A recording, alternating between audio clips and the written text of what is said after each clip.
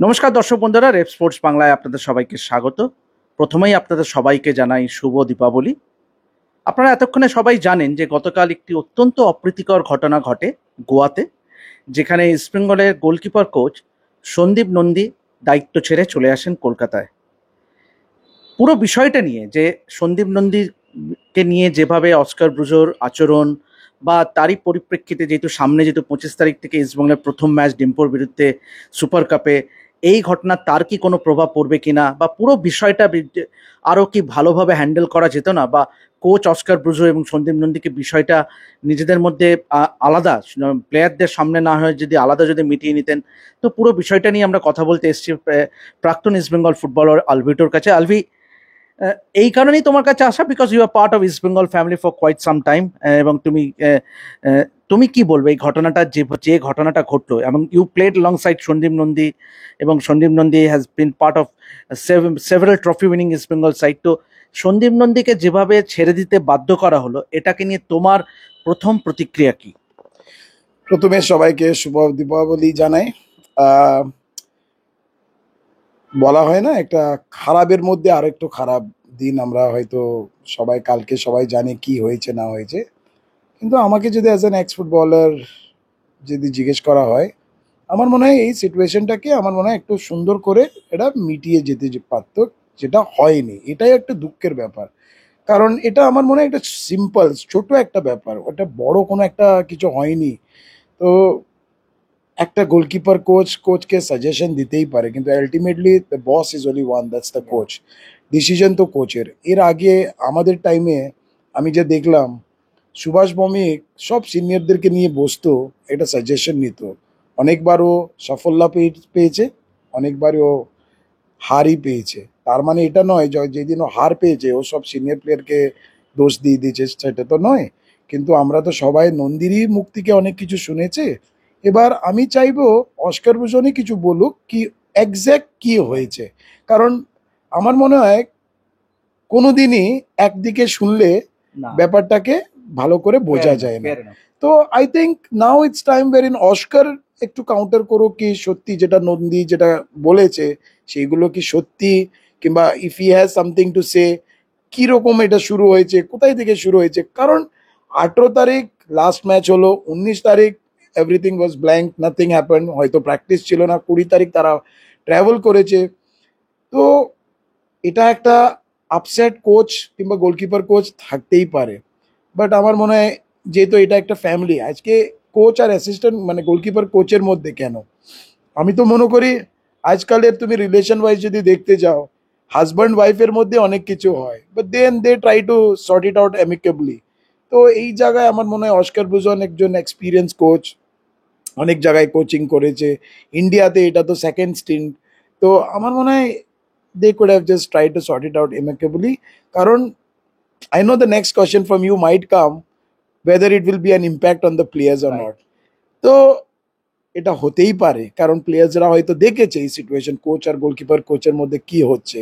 তো এই জায়গায় প্লেয়ারদের মধ্যে একটা ইম্প্যাক্ট পড়তেই পারে। কারণ হচ্ছে আজকে যদি কোচ গোলকিপার কোচের সাথে যদি এই কথাটা যদি বলতে পারে, হয়তো কালকে একটা প্লেয়ার হয়তো স্ট্রাইকার হয়তো গোল মিস করতে পারে, তার জন্য হয়তো 1 পয়েন্ট পেয়েছে, কিংবা কোনো পয়েন্ট পায়নি। কিংবা ডিফেন্ডারের জন্য হয়তো একটা গোল কনসিডার হয়েছে, তার জন্য হয়তো 3 পয়েন্টের জায়গায় হয়তো 1 পয়েন্ট পেয়েছে, কিংবা কোনো পয়েন্ট পায়নি। তো কোচ হয়তো তাকে নিয়ে কিছু বলতে পারে, কিংবা স্ট্রাইকারকে বসিয়ে রাখতে পারে। সো এইগুলো could be some impact, but then the best thing is try to win the Super Cup and try to end this chapter here and there only.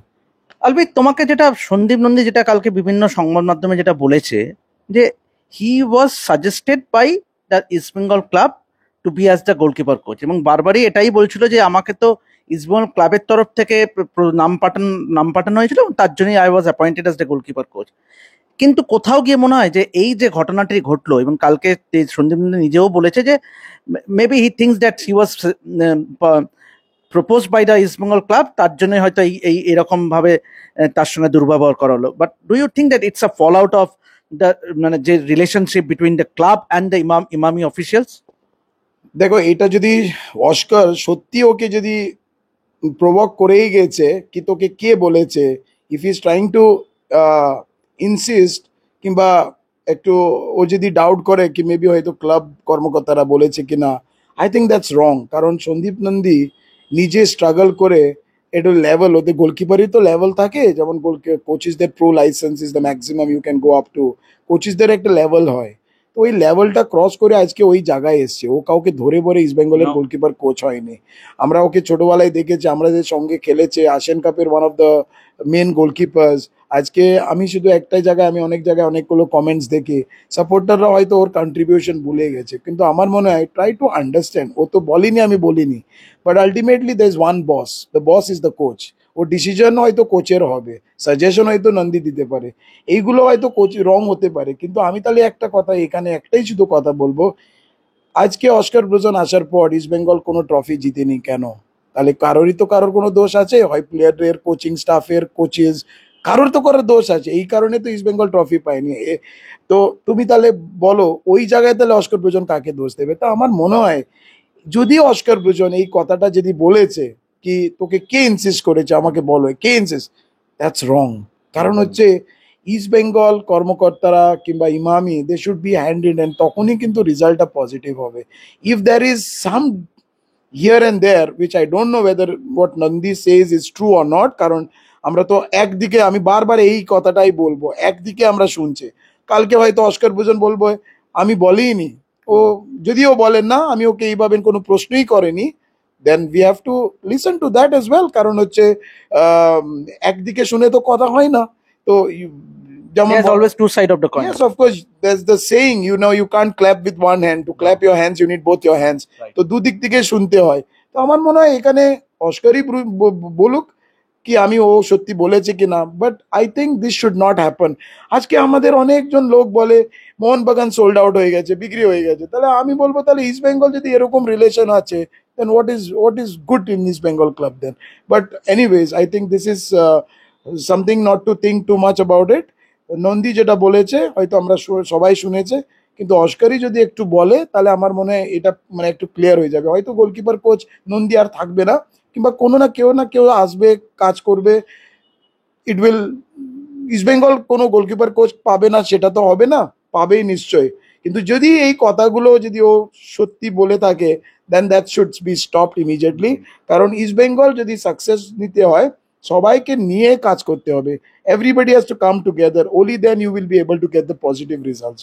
Albi, তোমাকে একটা জিনিস জিজ্ঞেস করি, does it raise a point or two about the man managerial skills of Oscar Bruzon? Yes, he is a very good coach. যেখান থেকে দলের দায়িত্ব নিয়েছিল তারপর থেকে he got the maximum points ISL এ গত মরশুমে। আমি কোচিং এর বিষয়ে যাচ্ছি না, মানে but his man managerial skills, আমরা গতবারই দেখেছিলাম যে ক্লেটন সিলভার সঙ্গে মাঠে একটা ঝামেলায় জড়িয়েছিল বা বাকবিতণ্ডায় জড়িয়েছিল, এবং এবারের যে ঘটনাটা ঘটলো। তো ওভারঅল মানে coaching, apart from his coaching, his man managerial skills নিয়ে কি প্রশ্ন উঠবে? আমার মনে হয় Oscar Bruzon loves to create something before the super cup. Anyway, jokes apart, কারণ আমি এটা কথাটা বললাম লাস্ট ইয়ার সুপার কাপের আগে, ক্লেটন সিলভার সাথে হয়েছে, এবার কিন্তু নন্দীর সাথে হয়েছে। So anyways I think she একটা ফ্রাস্ট্রেশন আসতেই পারে। অস্কার ব্রুজন হয়তো ওইটা নিয়ে ভাবছিল কি আমি কেন যে নন্দীর কথাটা শুনলাম, but this, as I said, this could have been sorted out inside the room. এটা সবাই সামনে না, একটা সিচুয়েশন হয়তো অন্যরকম হয়ে যেত। সত্যি কথা বলতে I think apart from the dressing room যারা যারা ইনভলভ ছিল, সেদিন I would be the first person to call Nandi after the match, আর ওকে আমি ফায়ার করলাম কি তোমার মানে কেন তুমি দেবজিৎকে, I will be very honest, কারণ আমি ইস্ট বেঙ্গল, আমি কারোর কথা শুনিনি, আমি কারোর, I don't have anything to take from East Bengal. I am as an ex footballer, আমার হয়তো জন্ম গোয়াতে হয়েছে, but my blood, my everything is related to East Bengal club. I don't care about anything who says what. I am least bothered who says what. কিন্তু east Bengal প্লেয়াররা খেললে for me my blood starts boiling. আমি কোনো জায়গায় গেলে বা I whether it's on my phone, whether it's on whatever, I start watching. আমি ম্যাচের সঙ্গে সঙ্গে নন্দীকে ফোন করলাম, আমি বললাম তুমি কেন এই ডিসিশনটা নিলি, why, what is the reason, আমাকে একটু বলো। বললো আমি মনে করলাম কি দেবজিৎ হয়তো ভালো হবে, তাই জন্য দেবজিৎকে নামিয়ে দিলাম। আই সেড একজন গোলকিপার থাকতে গেলে কামিংস পেনাল্টি মিস করেছে, একজন গোলকিপার থাকতে গেলে 120 মিনিটের মাথায় একটা দারুণ একটা সেভ করেছে, দ্যাট ওয়াজ হিজ ডে। তো why did you change the goalkeeper? আর তারপরে I am like listening to lot of things যেটা আমি তো ভেবেছিলাম লাস্ট দুদিন এরা ম্যাচের আগে দুদিন হয়তো ওরা প্র্যাকটিস করেছে কি কোন গোলকিপার ভালো কারা ভালো মারে, কিন্তু আমি তো পরে শুনে অবাক হয়ে গেলাম কি ওরা কোনো প্র্যাকটিসই করেনি। নর্মালি এটা কোনোদিনই হতো না আমাদের টাইমে। একটা নকআউট স্টেজে চলে আসলে কোচিস সবসময় পেনাল্টি শুট আউট প্র্যাকটিস করতো, বাট ইটস কোয়াইট সারপ্রাইজিং কি এরা নাকি কোনো পেনাল্টি শুট আউট প্র্যাকটিস করেনি।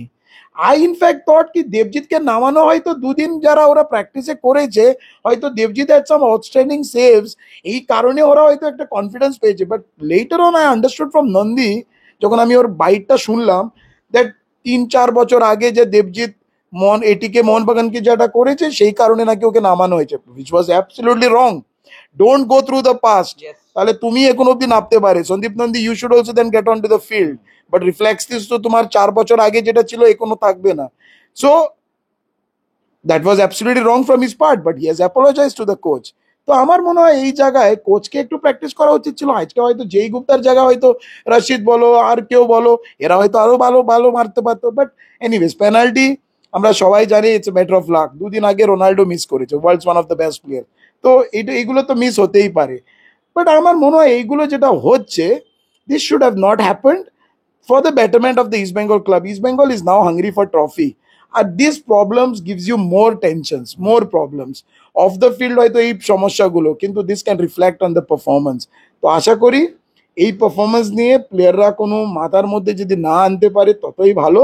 They should try to be positive, go with a positive approach. In 3 matches in the group, try to win those, and I think surely the problem will be solved. আরো looking forward to the group, কেননা Dempo is making a comeback, মানে super কাপে প্রথম ম্যাচটা east Bangla ডেম্পোর সঙ্গে 25 তারিখে, Dempo, Chennaiyin FC এবং তারপরে আর্চ রাইভালস মোহনবাগান। তুমি কিভাবে দেখছো গ্রুপটাকে, এবং given that what happened in last 24 hours, কি মানে will it impact the performance of the players?